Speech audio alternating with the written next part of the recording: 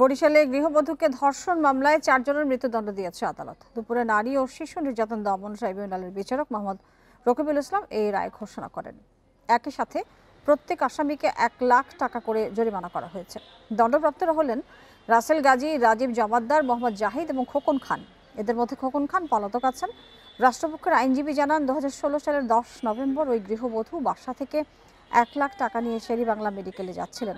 এ সময় অটোরিকশা চালক তাকে অন্যত্র নিয়ে যায়। তিনি চিৎকার করলে আসামিরা তাকে মারধর করে। এক পর্যায়ে নগরের 30 গোডাউন এলাকার খ্রিস্টান পাড়া জঙ্গলে নিয়ে নির্যাতন করে তাকে। এই ঘটনায় পরদিন ভুক্তভোগী বাদী হয়ে 4 জনের বিরুদ্ধে মামলা করেন।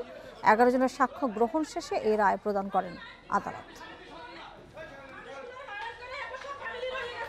4 জন আসামিদেরকে ফাঁসির কাছে ঝুলাইয়া মৃত্যুদণ্ড কার্যকরী করার জন্য আদেশ দিয়েছে। এই মোকদ্দমায় উপরন্ত প্রত্যেক আসামিকে 1 লক্ষ টাকা জরিমানা করেছে।